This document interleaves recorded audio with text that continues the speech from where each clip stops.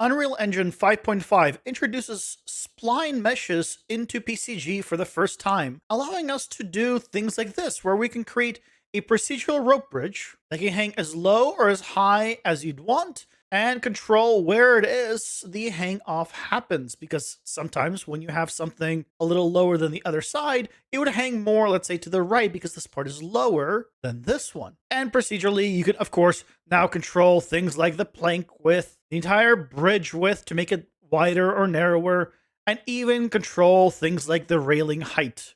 And it'll all automatically propagate and follow the proper curve relative to where it is. So let me show you this new awesome feature of 5.5 PCG. To get started, make sure you have your PCG turned on under Edit, Plugins, searching for PCG, and making sure you have Procedural Content Generation Framework, PCG, turned on, and restart your engine if you need to. Once you have restarted, just go ahead and right-click and grab yourself a PCG graph from the PCG section. And this is going to be my PCG underscore rope bridge. Now I'll go ahead and just use it right off the bat. I'll just drag it out, and this is going to be our volume where the rope bridge can exist. If I need it bigger or smaller, I can just go ahead and scale it up and down, and this will do just fine for what we need. But while we're here, I'm going to add a few other small things, starting with a simple cube. And this cube is just going to have a tag, and the tag is going to be start, and another cube is going to have the tag end. And I'm going to make sure that both of these guys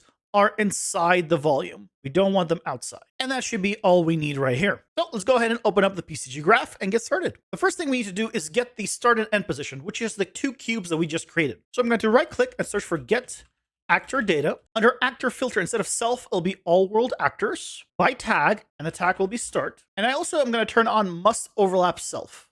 So that way it doesn't check for anything outside of its own area. And under mode, instead of parse actor components, I'm going to get single point. Then I'm going to duplicate it.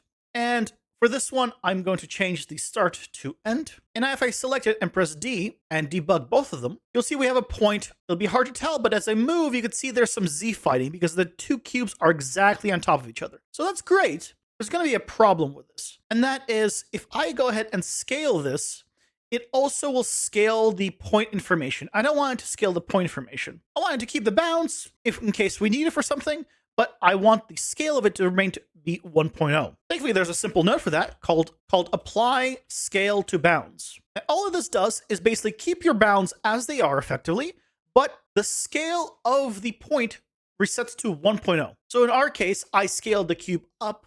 So if I was to use that to spawn something, it would have also been scaled up. But this way, the bounds have been set to that scaled version, but the scale itself is 1.0, so the thing that is being spawned will not be stretched upwards. So now that we have the start and the end, we need to find the middle point to create our spline from. And really, the middle point should be somewhere in between the two locations. So what I'm going to use is a lerp node, and I'm going to lerp between the first point and the second point on a ratio. Now, I don't want to hard code this, so I'll go ahead and just deselect my node, which will open up the graph settings on the right and allow me to add a parameter. I'll go ahead and rename it to something like distance between, because it's the distance between the 2 points, and I will put it onto 0.5 by default. So it'll be right in between. Then I can right click and search for get distance between and plug that into a ratio. Now, it is throwing an error, and that's because we're piping in the full information of the points. We only need the position information. So selecting the lerp on input source 1, I'm going to select position, and input source 2, I will also select position. So if I debug this lerp, you'll see that we have this long point here. Now, it being long is not a problem, but if we wanted to, we could set the bounds later on. The main thing is we need to have it hang down. So we need to actually offset it and tell us how far are we going to have this bridge hang lower. So from this lerp, I'm going to use a transform points node, and I'm actually going to deselect the transform points node and add ourselves a new parameter. And this time I'm going to rename this to hang amount, and I'll set the default to something like 1000. This is basically how far down do you want it to kind of bend? Because if you have a very long rope, right, it would hang quite substantially. But if you have a very short one, it would barely hang. It would almost be like a very tight rope. And depending on your situation, you might want to hang more or less. So all we need to do is open up the transform points node. Off the offset min, we'll drag out and search for make vector attribute, and we'll plug that also into offset max, and we'll close it up. And then for this vector attribute, we'll change it to a vector 3. And now we want to get our hang amount, and we want to multiply it by -1 using a create attribute. We'll set it to -1 here and plug that into Z. So if I debug the transform points, you will see we now have it going down 1,000 units. From here, we can create the spline. The way create spline works is it takes your points in the order you have them and then connects the spline in that order. So what we need to do is basically use a merge node to merge all the points together, but specific order. This is one of the few times where order does matter. We want to go from the start point, so I'll drag out of this apply scale to bounds and grab ourselves a merge points node. That is our start point. Then we want to grab this middle point, plug that in. And then we want to grab the endpoint and plug that in as well. And now from here, you can go ahead and create spline. And we can leave everything the same as default here. We only need the data. We don't want it to be linear. And this is all fine. If I go ahead and debug the create spline, you will see the 3 points here are facing in the correct order. So this one facing towards this, which is facing towards this. And that's exactly what we want. If you see the points angled a little bit differently, that means you've probably plugged in them in the incorrect order. So watch out for that. From here, we go ahead and grab ourselves a spline sampler. Now you can do it by distance. You can do it by subdivisions. In my case, I'll go ahead and set it to be subdivisions, and 2 subdivisions will be all I need. You can see it is now being subdivided. And the reason we're now subdividing it, despite having a spline already, is because the way spline meshes work is they go from one point to the next. There's no way to say that here's 2 points and go ahead and just put 10 spline mesh segments there. There's no just parameter for that. So what you need to do is set up your spline to just have 10 increments, and then you'll have 10 sections that are now bending across. Depending on the resolution of your piece, you might get away with less or more, and it depends how smooth you need it, how far back, etc. It is going to be use case by use case in terms of how much resolution you need. For my testing, 2 subdivisions gets us a nice result, so that's what we're going to go with. So from here, I can go ahead and drag out and use a create spline again, because again, it is now points, but we need a spline to use a spline mesh. And from here, we just go ahead and use a spawn spline mesh and plug that all the way through. Now in this spawn spline mesh, in the details here, we'll go ahead and specify the static mesh. In my case, I'll just use a default Unreal Editor cylinder. I'm going to plug it in. But if we take a look now, we'll see a small problem. And that is, it is not facing the correct way because the cylinder is Z up. And we want it to be Z forward. We want it to go along the spline. In the spawn spline mesh, under spline mesh parameters, we have forward axis. So we want to change the X to be Z forward. And as soon as we do that, you can see it is now following along. It is going all the way through, just as we'd like. But the thing is, it is quite thick, isn't it? We want it kind of a good amount thinner, potentially. Because right now, we're using the default shape of the spline, which is 100 units in height and is pretty darn thick. Now, thankfully, you can just scale the spline before you create it. So before this create spline, I'll add a transform points here and plug this in. And on this transform points, if we scale it to, let's say, 0.5 in min and max, you'll see the spline now is significantly thinner. In our case, these points are kind of close by. So what I'm going to do is actually increase my volume here. And if I scale the volume, I can just select one of these, move it along, and it will recalculate.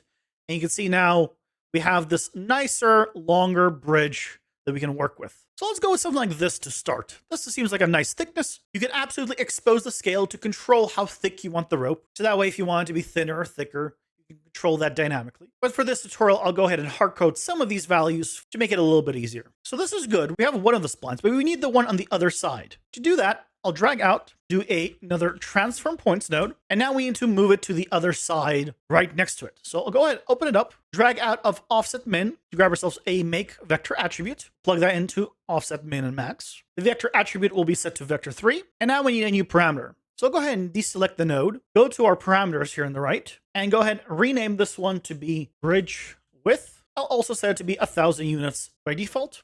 And then we can go ahead and get the bridge width and plug that into Y. And then I'll take our transform points and plug that into the create spline node here. And we'll go ahead and create a spline with the second set of points, allowing us to have this nice 1,000 unit wide bridge section. So that's nice. We have the 2 cables running across. And if I select the PCG graph and scroll down to their PCG component, open up our parameter overrides, we can now change things like the hang amount to make it hang lower or higher. We can change the distance that's between one or the other to hang on one side versus the other.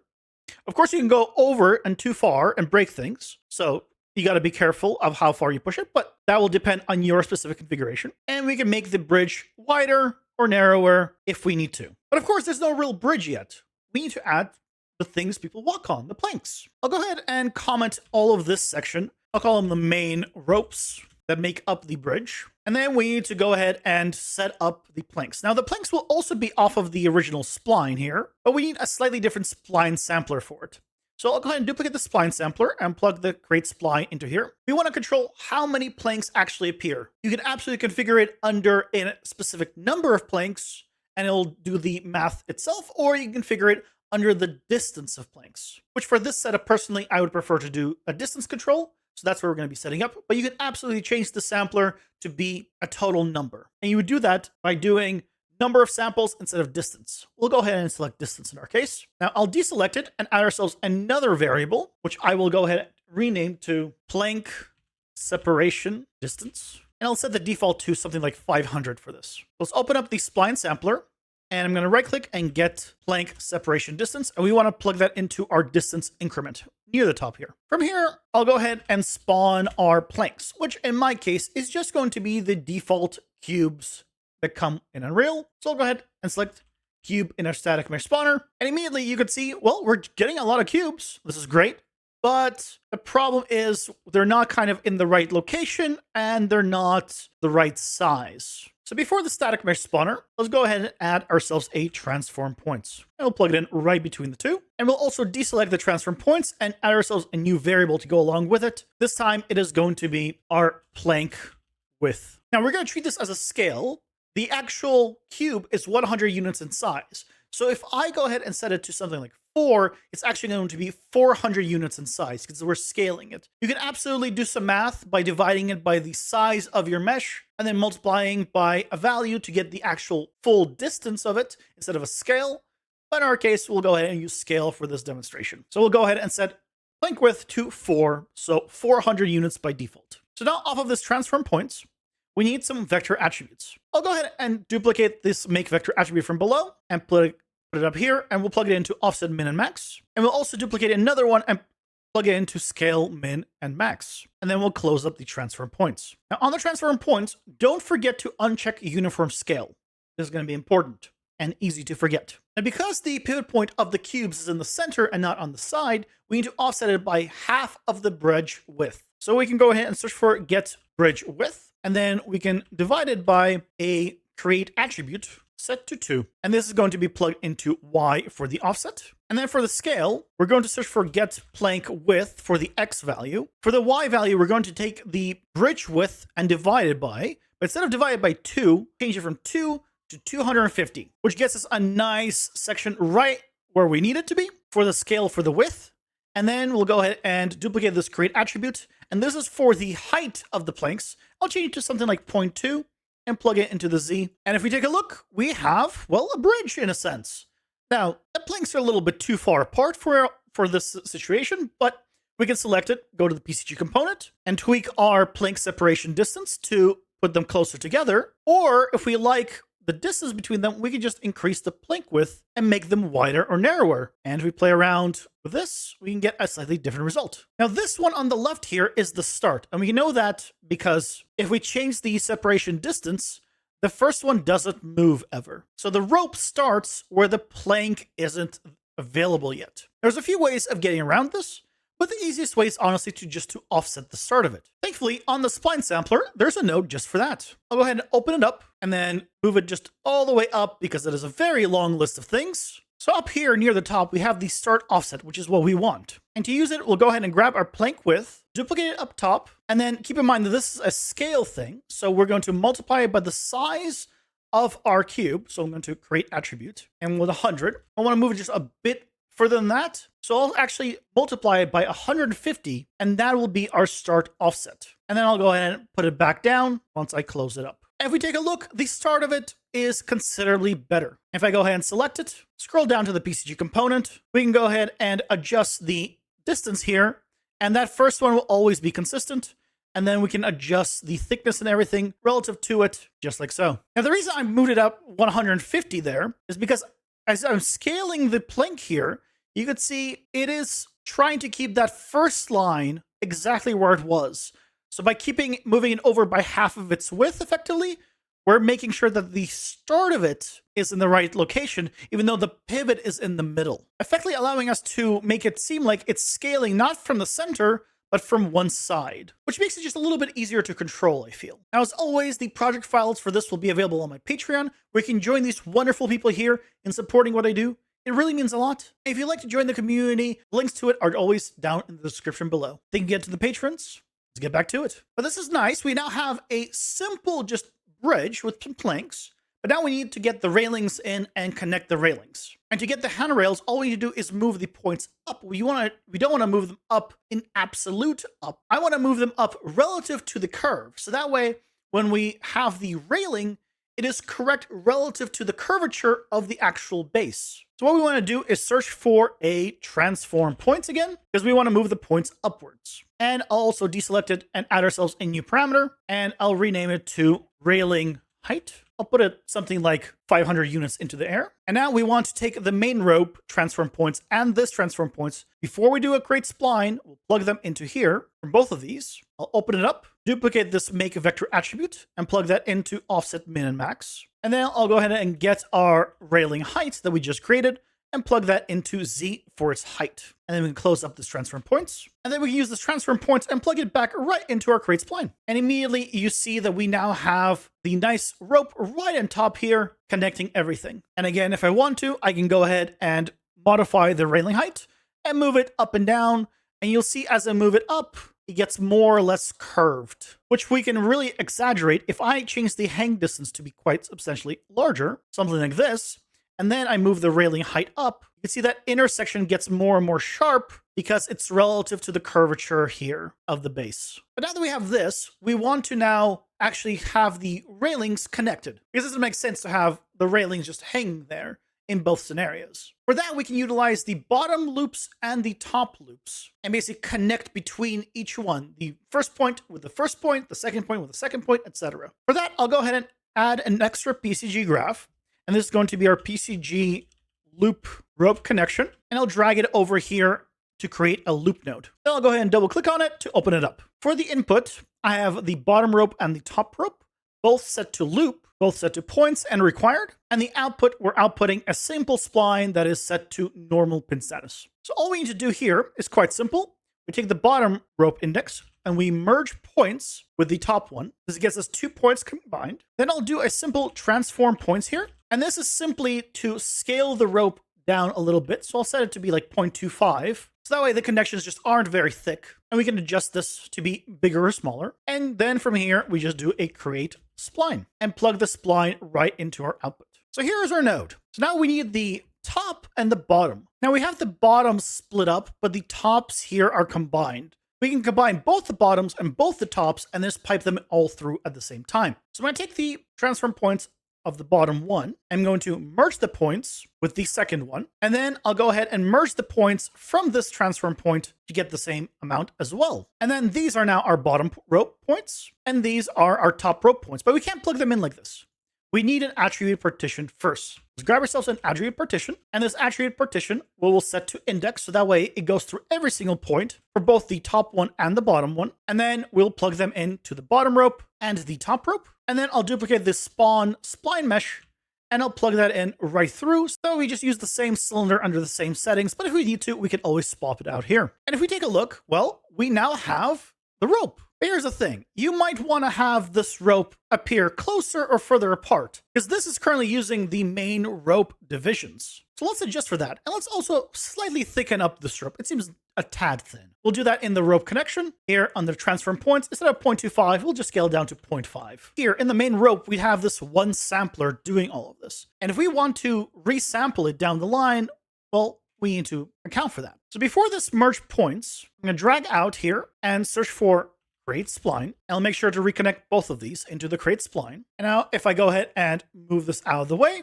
we can use another spline sampler. This time we'll set it to be distance. And we want to control the distance. So I'll go ahead and deselect it, add ourselves a new parameter, And this is going to be our connection rope spacing. I'll set it something like 500 by default. I'll go ahead and get our connection rope spacing. And our spline sampler, I'm going to put it under distance increment. Now, our splines are still technically separated out, so we can go ahead and re-merge them.